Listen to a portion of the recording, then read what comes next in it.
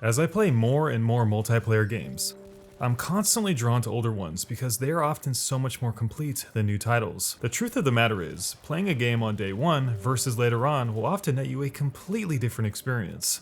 Almost always, it's going to be a richer one, with updates in time providing better optimization, better features, and better content too. And not ironically, for a fraction of the cost, as the game will be guaranteed to be on sale.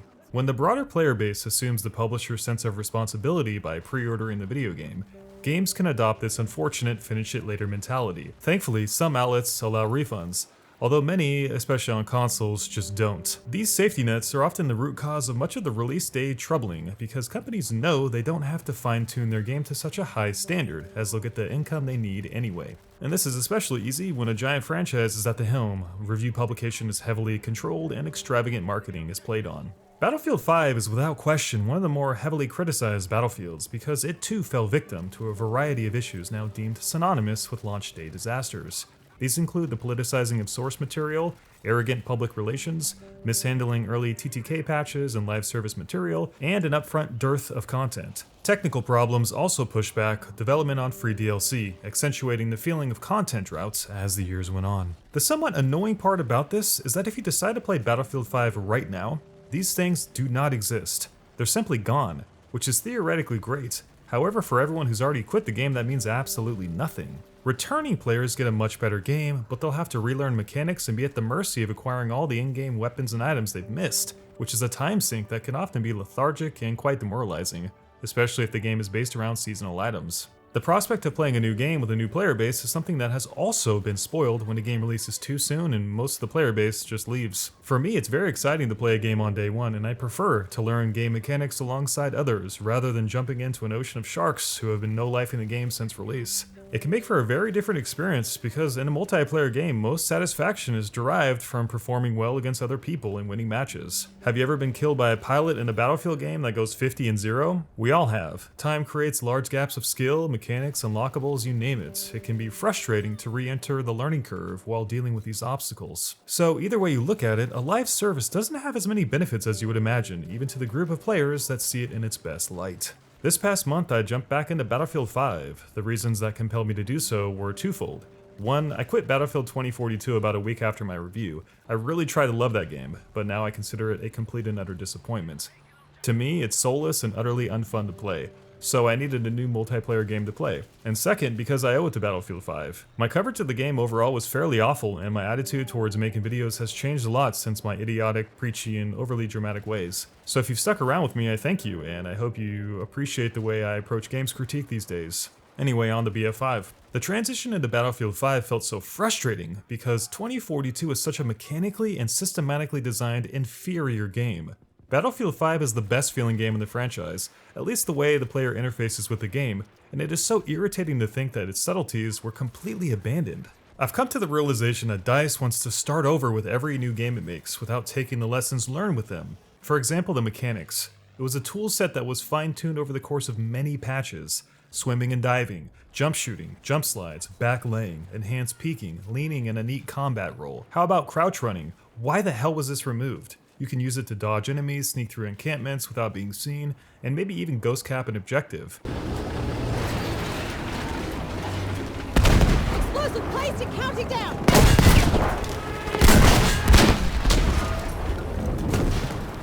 Just stop and take a moment to look at how all the cover in this game is at the perfect height for crouch running. It's really nice map design for infantry players. Remember the days when you weren't automatically shown on the minimap for firing your gun as well? You're telling me that I can flank enemies in Battlefield 5? Yeah, screw 2042's endless proximity grenades, recon drones, pike scanners, Boris turrets, robo-dogs, and wingsuit warriors. Did you know you show up as a red blip on 2042's minimap for 5 seconds if you're under 10 meters away, even if you have a suppressor on? This might be realistic, but an absolutely awful feature for a game when equipping a suppressor gimps your range, fire rate, damage, and sometimes all at the same time. Battlefield 5 showcases the proper way to handle minimap detection. You're only shown under 3 conditions: suppression from light machine guns with the correct trait, spotting flares, or the spotting scope for the recon class. In every other situation, you're free to run around as you please. The only other indicator the enemy has is audio with footsteps and gunshots, or to actually see you in the game on their screen. I mean, is that too much to ask? It really does fundamentally change the game when you can move around the map without being shot from 32 players who all know your exact location.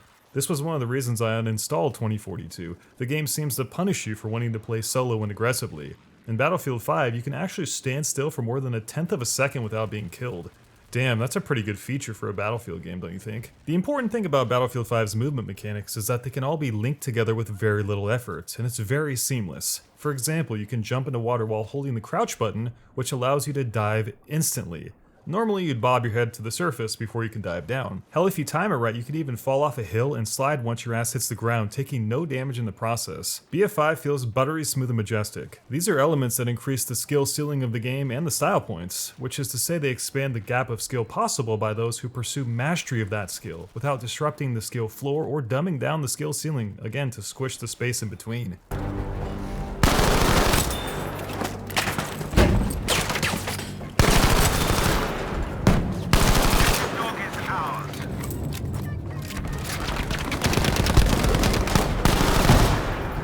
Why would these elements be removed? After all, the fundamental touchpoint of a video game is the controls at which players use to interact with it. I swear, DICE's new motto is if it works, do not put it in the next game.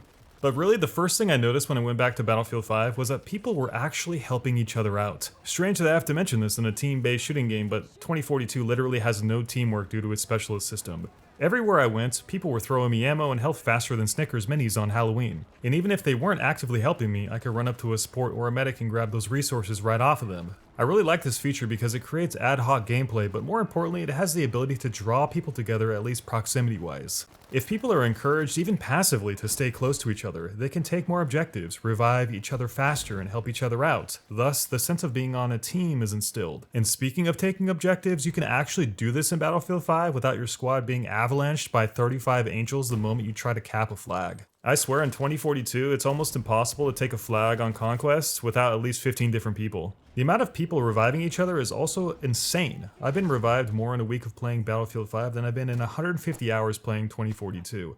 I swear the people playing medics in this game must be doctors in real life or something because they are sure dedicated to keeping you alive. The revive system is perfect. Medics can revive anyone, and anyone in a squad can revive anyone else in their squad, regardless if they're a medic or not. This is exactly how it's supposed to be. Also, it has a nice theatrical element to it. The first-person camera is pretty sick, and it's a nice touch to see the soldier grimace in pain when he gets hit by the needle. If you haven't played Battlefield 1 or 5 in a while, you'll find small details and touches like this everywhere. And the best part is, you know exactly if someone's going to come to revive you because they can ping you when you're down. Teamwork is also very strong in Battlefield 5, and I found myself getting pinged all the time to objectives. This is vitally important in the Battlefield game as we play in squads of 4. The pull-up menu for commands, unlike 2042's giant Lego box, which obscures all of your vision, is minimal and it's easy to navigate, which promotes the use of it by anyone, resulting in more cohesive action by squads. I won't act like people are always going to support you in your squad, but the tools are present to keep people playing together and or heading in the same direction, and that's the point. This also, from a map design perspective, supports the funneling of players in conflict with one another, which is what we want in a game that's centered around objectives.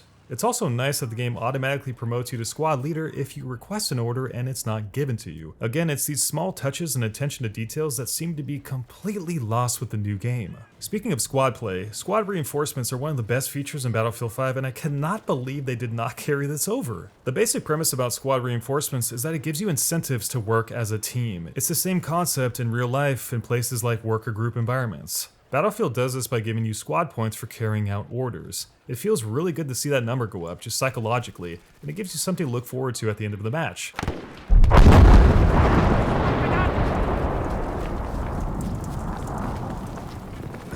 Being able to call in bolts, tanks, and armored hovercrafts was a horrific decision by DICE, which had a detrimental effect on infantry combat in Battlefield 2042. Battlefield 5 does it so much better. In fact, the entire squad and class system is fantastic in 5, as there's a profound sense of teamwork and specialization going on. Everyone has a role to do, and when you pick your class, you know exactly what you should be doing. The restrictive gadget and weapon setup makes you feel like you're playing a role, and you have some purpose on the battlefield. This concept of giving players everything in order to appease them is something that doesn't work for Battlefield. Classes are paramount, as they facilitate, again, working together since you can't have it all. At the very least, it gives you a goal to achieve while you play, whether it's healing, reviving, killing tanks, spotting enemies, or resupplying your friendly teammates. This in turn spills over to people taking advantage of team-based mechanics like building fortifications, smoking downed enemies, sticking together, fixing vehicles, and capping objectives. It's a cycle. I think the small, tight map size and the squad ping system has a lot to do with this too. They have a habit of centralizing action, and the small squad rewards motivate players to play objectives. The fact that you don't regenerate health to full is also a notable penalty that can be reversed by staying near medics and supply stations, bringing players together. Yes, let's be realistic, these systems don't always serve their purpose because most players are out for kills, but they can and they sometimes do, and that is the point. The clear faction system of Battlefield 5 is something 2042 should not have ignored, of course for the sake of future monetization, you can be sure. I absolutely hate Specialists from 2042 because it doesn't feel like I'm on a team with an identity. Teams in 5 have that identity. You feel like you're on a side. It's consistent with soldier designs, aesthetics, cosmetics, and languages. Sure, some of the cosmetics are pretty stupid like the US guy with the sunglasses or some of the Halloween costumes, but the character models and the uniforms speak to a group of people in a faction. I actually like the cosmetics and the face paints in general. It's a video game after all. Battlefield 5 isn't 100% authentic, it's not trying to be, though it's not to say that it's not a mature video game still.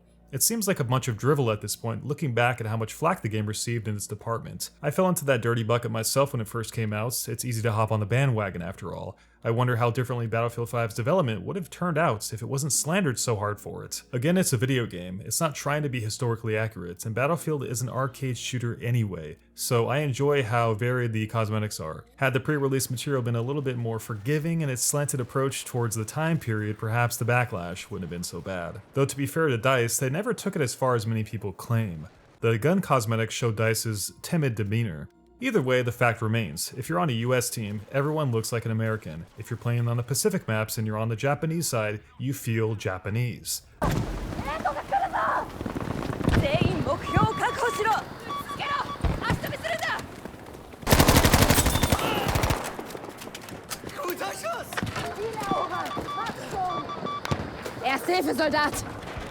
The voice acting is really good. There's absolutely no drawback to the system. There's a reason distinct teams are always in Battlefield games because no one wants to see a team full of 50 angel jackasses, especially on the winning screen when they blurt out the most annoying one-liners ever written. It just ruins everything when you don't feel like you're actually on a team. Factions are priority. Now on to some other gameplay elements. The map pool is also very well done. It started off a bit mixed with maps like Aerodome and Hamada being pretty bleh, but it's gotten a lot better, especially with the Pacific maps. It's unfortunate that there aren't a huge amount of maps overall though, as after the Pacific update, many of the future plans for map expansions and support were dropped off the face of the moon. However, what is here is so much better than 2042, it is miles above it actually. Most maps are beautiful, dense, perfectly sized, and they play very well. The emphasis was put on a mixture of CQB, vehicle combat, and sniping, which is the way it should be, and I cannot believe I have to point that out. The developers stuffed a lot inside these little maps. They look so much better than the new BF maps, and they're so much more fun to play on for a variety of reasons. Mostly this is attributed to the fact that there's so much cover, and the fact that the maps aren't that big. The maps instead are very dense. Destructible, yes, but the emphasis is on creating tighter angles of combat and shooting. It doesn't matter if the map is full of buildings or snow or hills or streets, you always have cover to go into. Even if it's just varying up the elevation of grass or the terrain you walk on, there's always a ditch you can dive into. Rocks for shelter, boxes, forests, tunnels, doodads aplenty. The topography is also incredibly varied, which is so goddamn important as it keeps those exposure windows tight for infantry players. My point is, there's very few wide, flat, open fields here. If you want those, be my guest and hop on over to Battlefield 2042, they've got you covered. And as a personal shout out, the Pacific DLC maps are phenomenal, probably some of the best in any of the games, never succumbing to the tragedy of 2042's coverless, soulless, barren maps. However, the one thing I do miss though from Battlefield 4 is Levolution. Levolution was a concept that was unmatched, and while it was fairly gimmicky, it provided some of those fun wow moments that you could look forward to in a match. I'm really glad Elite Pickups and Behemoths were removed from Battlefield 1 because they were oppressive and punished well-performing teams. However, the two things I always wanted from Battlefield 5 were Levolution and a true day-night cycle in the game. Dynamic weather helps, but I'm craving the day Battlefield does a full day-night cycle to where you can slap on night vision when the sun starts to set. However, Levolution was at least spiritually replaced with fortifications, which in turn make the destruction system pretty damn cool. This is another element that is so obviously missing from Battlefield 2042, where you really can't destroy the things you want to. The tornado from 2042, while visually amazing and pretty cool to look at first, adds absolutely nothing to the game from a gameplay perspective. In fact, it just kind of inhibits where you can go and where you can't go and who you can fight and who you can't fight. It is also irritating that it knocks out your HUD and makes your screen glitch, which I guess makes sense, but I ask, is that actually fun for people who are going to spend hundreds of hours in this game? Battlefield 5 actually has what I would call controlled destruction, in the sense that you can rebuild the debris that's been blasted with the fortification system. However, a lot of it cannot be rebuilt. It's a certain degree of controlled destruction, something that is actually really good for a Battlefield game because we need cover at the same time as spectacle. However, it's still pretty savage in what you can do. I mean, just look at how I can blow the corner of this building off. Keep in mind, this is the primary building for the Bravo control points in Rotterdam, which if you've been playing a Battlefield game at any point, you know that DICE kind of likes to keep these objective buildings mostly non-destructible. So overall, I think they achieved good balance with the controlled destruction, especially after Battlefield 1, which often had a lack of cover when the map was leveled. The gunplay, though, is an element to Battlefield 5 that could not be refuted. The gunplay is very, very strong, and it is the absolute best in the series. The randomness of the guns in Battlefield 1 and the spread was toned down, replaced by fixed patterns and predictable recoil. This allows players to study their favorite gun recoil patterns to become better shooters. You can do this by spraying a wall to see where each bullet goes. For example, the Sturmgewehr, I probably butchered that, but hey, whatever, has an initial vertical kick of about 10 bullets, and then it veers slightly to the right, and then it cuts back for the remaining 12 bullets. You can see it on your screen right now. This is the pattern always, not the path, but at least the pattern. Each bullet will have some slight variance to where it will land, but it will always land inside the predetermined pattern, assuming the player is standing still. This leads to predictable shooting, something incredibly important for people like me who have been playing FPS games our whole lives. Nobody wants to shoot a gun and have bullets land randomly, which was the #1 feature that plagued Battlefield 1 and the launch of Battlefield 2042. The shooting in 5 is clean, crisp, very responsive, and the hitboxes work perfectly despite small variances for the two genders and the legendary skins. As you can see, the height for males is identical to the height for females in this game. There's only a small difference in body mass, which extends only outwards. This was likely a conscious decision because the developers needed to have males be bigger, as they are on average around 15% bigger than females. But they also needed to make sure that the headshot hitbox was identical to create an even playing field, which is why they kept the height the exact same. Some video games that do male and female characters make the males taller for the purpose of authenticity. However, then they shrink the vertical hitbox to equalize them. This is pretty terrible design, as in those games, if you shoot the top of a male's head, you sometimes will actually miss them, because their actual hitbox is physically lower than the top of their head. So this is very smart the way Battlefield 5 approaches the two genders in regards to making them both true to life, but also not affecting the gunplay of the video game, as most good players will be fishing for headshots almost always. Now guys, while I play this clip in the background and before I start on my takeaways, I just want to take a moment and give you a message of positivity during this trying time. You may have been going through some rough times like all of us, but it's important to remain positive, kind, and in good spirits. Not just to other people, but to yourself. Tough times aren't a measure of your life. They're only temporary and they will get better. Even if you're not where you want to be, the future is bright if you build good habits, keep working towards your goals, and remain optimistic. Remember, it's not the end result you should be seeking. Celebrate the small successes, as every one counts. During that journey, there will be highs and lows, but if you remain consistent and keep your head up, you'll be the one that succeeds in the end. Always remember that and have some self-compassion for yourself during hard times, as the light will ultimately come, I'm sure of it. And when you do break free of it, share this message with someone else who needs it. Battlefield 5, like many of its kind, is a solid video game, much better now than when it came out 3 years ago, but it still could have been so much more. I don't think it's unfair to say that the current state of the game should have been what the release was, and then there could have been a series of massive DLCs to really flesh it out. Electronic Arts pulled the plug maybe about halfway through the content most players expected to see. Team balance is currently horrid, many weapons feel very interchangeable, and the setting won't be for everyone. Firestorm was a terrible ripoff as well. However, it has nice customization, a very sleek menu and UI, great map detail, the best mechanics of any Battlefield game, a proper class system that encourages teamwork, well-presented factions and attrition, and a lot more great qualities. And hey, there's a scoreboard! Again, why remove things like the first-person takedowns? They're so savage and cool. The gunplay is also best in class, as they found the right balance of spread and recoil. It's a shame that it took so long for the ball to get rolling. It was the same problem that plagued Battlefield 1. The problem with the live service game is that it often runs out of steam before it gets finished. Players move on to other games and they forget about it. Battlefield 5 eventually landed in a really good place, but it wasn't brought to its full potential. If DICE didn't feel the need to abandon development so soon, the game could have been even better. This sucks because the game was heading in the right direction after the Pacific update, and the final update was pretty good too. If support had continued, we could have seen stuff like the Eastern Front in Normandy. Instead, they did a complete overhaul of the time to kill again, then they backtracked on it, and then development was cancelled. Ultimately though, I enjoyed my time with Battlefield 5 far more than I did at first, and way more than I anticipated.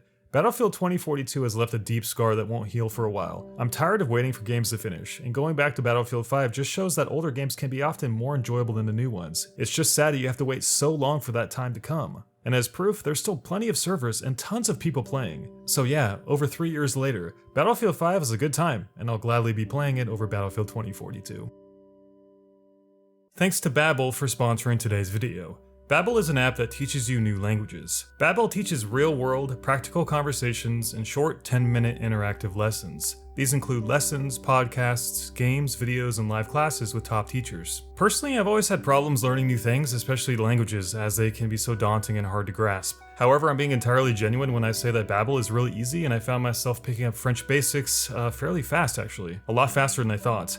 The only remaining relative I have outside the US is my uncle who lives in Paris, and I'm hoping to visit him this year if things get better with the pandemic. And it's going to be a lot more fun for me if I can actually talk to the locals, understand what's going on, and ask basic questions. I never promote products that I wouldn't personally use myself, and Babbel is one of those that I can actually recommend. And if you happen to be interested, I've left a link in the description where you can check out Babbel and get 65% off your subscription. So, merci beaucoup d'avoir sponsorisé cette vidéo, Babbel. Alright, that was pretty bad, but you know what? I'm getting better, and that's all that matters. Hey guys, thanks very much for watching my Battlefield 5 retrospective. Happy New Year's as well. This will be the last Battlefield video for the foreseeable future, as I'll be moving on to other projects, including the upcoming Elden Ring, so stay tuned for that. Have a great day guys, and I'll see you on our next video. Peace, love, and happiness until then. Take care.